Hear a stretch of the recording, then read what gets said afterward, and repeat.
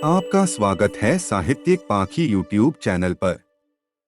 लीजिए सुनिए Oscar Wilde द्वारा रचित कहानी स्वार्थी राक्षस।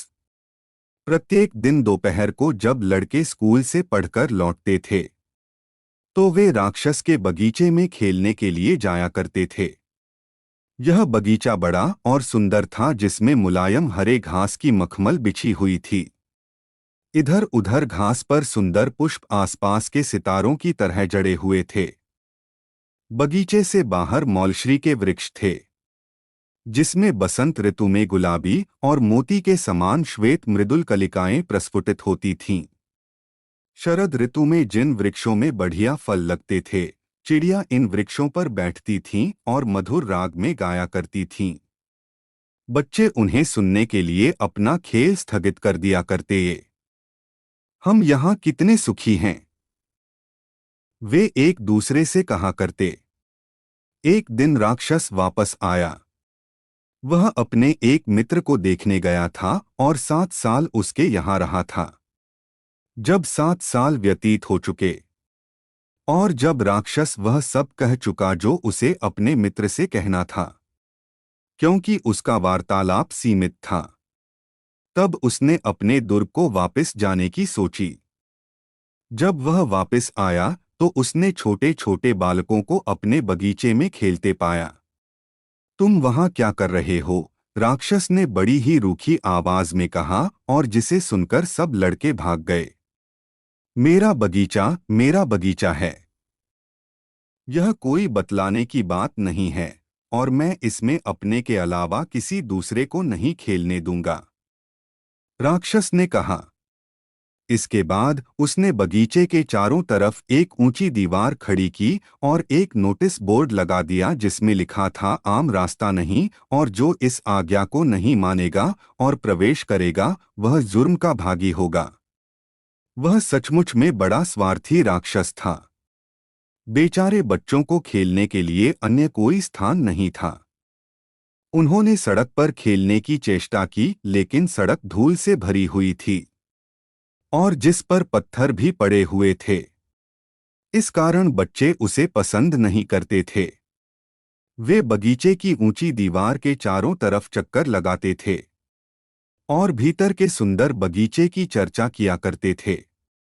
स्कूल से लौटते वक्त वे एक दूसरे से कहा करते, हम बगीचे में कितने खुश रहते थे। तब बसंत ऋतु आई और सब कहीं छोटी छोटी कलिकाएं और नन्ही नन्ही चिड़िया देखने लगीं। केवल स्वार्थी राक्षस के बगीचे में अब भी शीत ऋतु थी। चिड़ियों ने बगीचे में गीत नहीं गाए क्योंकि वहां कोई बच्चे खेलने नहीं आते थे और वृक्षों में भी नई कोंपलें नहीं फूटी थीं। एक दिन घास में से एक सुंदर फूल उगा, लेकिन जब उसने राक्षस के बगीचे की वह सूचना देखी तो उसे बच्चों पर इतना दुख हुआ कि वह फिर से जमीन पर गिरकर मुरझा गया। इस सूचना से जिन लोगों को प्रसन्नता हुई वे थे बर्फ और कोहरा। उन्होंने कहा, बसंत ऋतु इस बगीचे को अपना वरदान देना भूल गई है, इसलिए हम लोग साल भर यहीं रहेंगे। तत्पश्चात बर्फ ने सारी घास को अपने सफेद लबादे से ढक दिया और कोहरे ने सभी पेड़ों पर सफेदी पोत दी। तब उन्होंने उत्तरी हवा को बुलाया और वह आ गई। यह हवा दिन रात बगीचे में बड़े जोर और आवाज के साथ बहा करती और इसने मकानों की चिमनी को गिरा दिया और कहा, यह तो बहुत अच्छी जगह है और हमें यहाँ ओलों को बुलाना चाहिए। कुछ समय बाद ओले भी आए और वे राक्षस के महल की छत पर प्रतिदिन 3 घंटे तक तब तक बरसते रहे जब तक कि उसकी लगभग सभी चीजें नहीं टूट गईं। तत्र वह बगीचे में चारों ओर खूब तेजी से दौड़ धूप कर नाचता रहा। मुझे यह समझ में नहीं आता कि मेरे बाग में बसंत का उदय क्यों नहीं हो रहा है। खिड़की पर बैठकर बर्फ के समान सफेद दिखते हुए बगीचे की ओर निहारते हुए राक्षस ने कहा, मैं आशा करता हूं कि कुछ दिन में ऋतु परिवर्तन अवश्य होगा।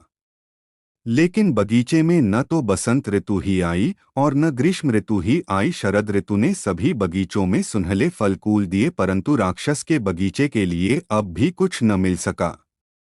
शरद ने कहा, यह राक्षस बहुत स्वार्थो है। इसलिए इस बगीचे में सदा ही शिशिर का राज्य रहा और बर्फ, कोहरा, ओले और उत्तरी हवाएं यहाँ अपनी क्रीड़ाएं करती रहीं। एक दिन सुबह जब राक्षस अपने बिस्तर पर लेटा हुआ जाग रहा था, तो उसने एक मोहक गीत सुना। इसकी ध्वनि इतनी मधुर थी कि उसने सोचा कि शायद राजा के गायक गण इस मार्ग से जा रहे हैं।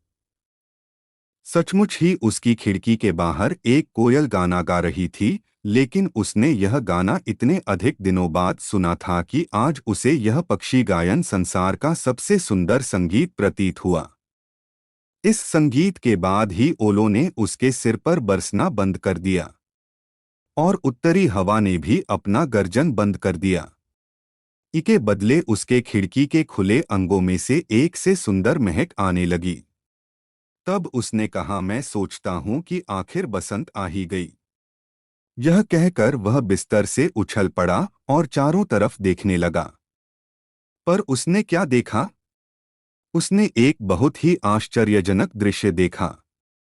उसके दुर्ग की चाहर दीवारी में एक छोटा सा छेद था जिसमें से कुछ लड़के रेंग रेंग कर दुर्ग में घुस आए थे और वहां के बगीचे में लगे वृक्षों की डालियों पर बैठे हुए थे। वह जितने पेड़ देख सकता था उसने देखे और प्रत्येक पर एक न एक बालक बैठा पाया। बहुत दिनों के बाद बच्चों को अपने ऊपर बैठा हुआ देख पेड़ इतने प्रसन्न हुए कि उनमें फूल उगाए। बच्चों के सिरों पर पत्तों से भरी शाखाएं लहराने लगी। पक्षीगण भी अब इधर उधर घूम रहे थे और प्रसन्नता से अपनी कूकें मार रहे थे और हरी घास में से फूल भी धीरे धीरे हंसते हुए से उदित हो रहे थे। यह बहुत ही सुंदर दृश्य था। इसके साथ ही बगीचे के एक कोने में अब भी शिशिर थी। यह कोना दुर्ग में बने हुए महल के सबसे अधिक दूर पर था। यहाँ एक छोटा लड़का खड़ा हुआ था। इतना छोटा था कि वह पेड़ों की डालियों तक नहीं पहुंच सकता था और वह अपनी इस असफलता से झुंझलाकर इधर-उधर घूमता हुआ रो रहा था। बेचारे वृक्ष पर भी काफी कोहरा और बर्फ ढका हुआ था। उत्तरी हवा भी इसके ऊपर तूफानी वेग से मंडरा रही थी। बच्चे मेरे ऊपर चढ़ जाओ, वृक्ष ने बालक से कहा और अपनी डालें इतनी नीचे झुका ली जितना कि संभव था। परंतु बच्चा फिर भी न चढ़ सका क्योंकि वह बहुत ही छोटा था। यह देखकर राक्षस का हृदय द्रवित हो उठा। उफ, मैं कितना स्वार्थी रहा हूं। अब मैं समझा कि बसंत मेरे यहाँ क्यों नहीं ठहरती। अब मैं इस बच्चे को वृक्ष के शिखर पर बैठाऊंगा और वहां से अपनी दीवार का दरवाजा खटखटाऊंगा और तब मेरा बगीचा हमेशा बच्चों के खेल का मैदान बन जाएगा। वह वास्तव में अपनी करनी पर बहुत दुखी हो रहा था। अब वह सीढ़ी से उतरकर नीचे आया और धीरे से अपने सामने वाला दरवाजा खोलकर बगीचे में चला गया। लेकिन लड़कों ने जो ही उसे देखा वे उससे इतना डर गए कि वे देखते ही भाग गए और बगीचे में पुनः शिशिर ऋतु का राज्य छा गया। केवल वही एक छोटा लड़का बचा जो दौड़कर भाग नहीं सका क्योंकि उसकी आंखें आंसुओं से भरी थीं। इसलिए वह राक्षस को आते हुए न देख सका। राक्षस ने इसी बच्चे को चुपके से पीछे से जाकर पकड़ लिया और उसे प्यार भरे हाथों से लेकर वृक्ष के शिखर पर बैठा दिया। उसके ऐसा करते ही पेड़ में फूल लग गए और पक्षीगण वहां आकर कूकने लगे। छोटे बच्चे ने भी अपने दोनों हाथ फैलाकर राक्षस के गले में डाल दिए और उसे चूम लिया। जब दूसरे लड़कों ने यह सब देखा तो समझ लिया कि राक्षस अब दुष्ट नहीं रहा है और वे दौड़कर बगीचे में आए और उनके साथ बसंत ने भी अपने चरण वहां रखे और उनको देखकर राक्षस ने कहा, प्यारे बच्चों, अब यह तुम्हारा ही बगीचा है। और उसकी कुदाली लेकर दुर्ग की दीवार को तोड़ डाला। 12 बजे दिन को जब सब लोग बाजार जा रहे थे, उन्होंने देखा कि राक्षस एक बड़े ही सुंदर बगीचे में बच्चों के साथ खेल रहा है। सारे दिन वे खेलते रहे और शाम के वक्त वे राक्षस से विदा लेने के लिए आए। लेकिन तुम्हारा छोटा साथी कहाँ है? मेरा मतलब उस बच्चे से है जिसे मैंने पेड़ पर चढ़ा दिया था, उसने कहा। राक्षस उसे सबसे अधिक प्यार करता था क्योंकि उस बच्चे ने उसे चूमा था। हमें उसका पता नहीं है। बहुत संभव है कि वह चला गया हो, बच्चों ने कहा। तुम लोग उससे यहाँ कल आने के लिए कह देना, राक्षस ने कहा। लेकिन बच्चों ने जवाब दिया, हम नहीं जानते हैं कि वह कहाँ रहता है और न हमने उसे इसके पहले कभी देखा ही है। यह सुनकर राक्षस बहुत दुखी हुआ। प्रतिदिन दोपहर को जब स्कूल की छुट्टी हो जाती थी, तब बच्चे आते और राक्षस के साथ खेला करते थे। लेकिन जिस छोटे बच्चे को राक्षस प्यार करता था वह कभी नहीं दिखाई दिया। राक्षस इन सब बच्चों के प्रति बहुत ही दयालु था। तथापि वह अपने छोटे मित्र को देखने के लिए तरसता रहता था और हमेशा उसके विषय में चर्चा किया करता था। वह कहा करता, मैं उसको देखने की कितनी तीव्र इच्छा रखता हूँ। वर्ष बीतते गए और राक्षस बहुत वृद्ध और शिथिल हो चला और अधिक खेलने की सामर्थ्य उसमें नहीं रह गई। इसलिए वह एक बड़ी आराम कुर्सी पर बैठा रहता और अपने बगीचे की प्रशंसा किया करता। वह कहता, मेरे बगीचे में कई प्रकार के सुंदर पुष्प हैं, लेकिन सब पुष्पों में बच्चे ही सबसे अधिक सुंदर पुष्प हैं। जाड़े में एक दिन सुबह कपड़े पहनते हुए राक्षस ने अपनी खिड़की के चारों ओर देखा। उसने शिशिर के प्रति घृणा प्रकट नहीं की क्योंकि वह जानता था कि सोता हुआ बसंत ही शिशिर होता है। इसीलिए पहले भी इस ऋतु में मचकुंद हो जाते हैं। अब उसने अचानक ही अपनी आंखें मलीं और वह आश्चर्यचकित हो देखता रह गया। वास्तव में यह एक शानदार दृश्य था। उसके बगीचे के सबसे दूर वाले कोने में एक पेड़ था जो सुंदर सुंदर सफेद कलियों से लदा हुआ था। इसकी सभी डालियां सुनहली थीं और उनमें रुखले फूल लदे हुए थे। उसके नीचे वही छोटा लड़का खड़ा था जिससे उसने सबसे पहले प्यार किया था। आनंद विभोर होकर वह अपने महल से नीचे आया और बगीचे में गया। वह जल्दी जल्दी घास पर चलकर उस लड़के के पास गया और जब उसके पास पहुंचा तो उसका चेहरा क्रोध से लाल हो गया। वह बोला, यहाँ तुम्हें किसने बांधा है? उस लड़के की हथेली पर और उसके पैर पर 2-2 कीलों के चिन्ह थे। उसे देखकर वह झल्लाकर फिर बोला, किसने तुम्हें यहाँ बांध रखा है? मुझे जल्दी बताओ जिससे मैं उसे अपनी तलवार के घाट उतार सकूं। मेरे दादा, ऐसा मत कहो। यह तो प्यार के घाव हैं।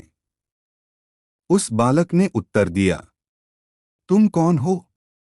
राक्षस ने पूछा और वह भय से थरथरा उठा और कुछ एक क्षणों में वह उस छोटे बच्चे के सामने घुटने टेककर नतमस्तक हो गया। राक्षस की इस स्थिति पर बच्चे को बहुत हंसी आई और उसने कहा, दादा तुम एक बार और मुझे अपने बगीचे में खेलने दो, फिर मैं आज ही तुम्हें अपने बगीचे में ले चलूंगा।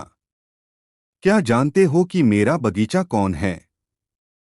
मेरा बगीचा तो स्वर्ग है। उसी शाम को जब बाल मंडली उस बगीचे में खेलने गई तो उसने देखा कि उस पेड़ के नीचे सफेद पत्तियों से पूरी तरह ढका हुआ राक्षस वहां मरा पड़ा है।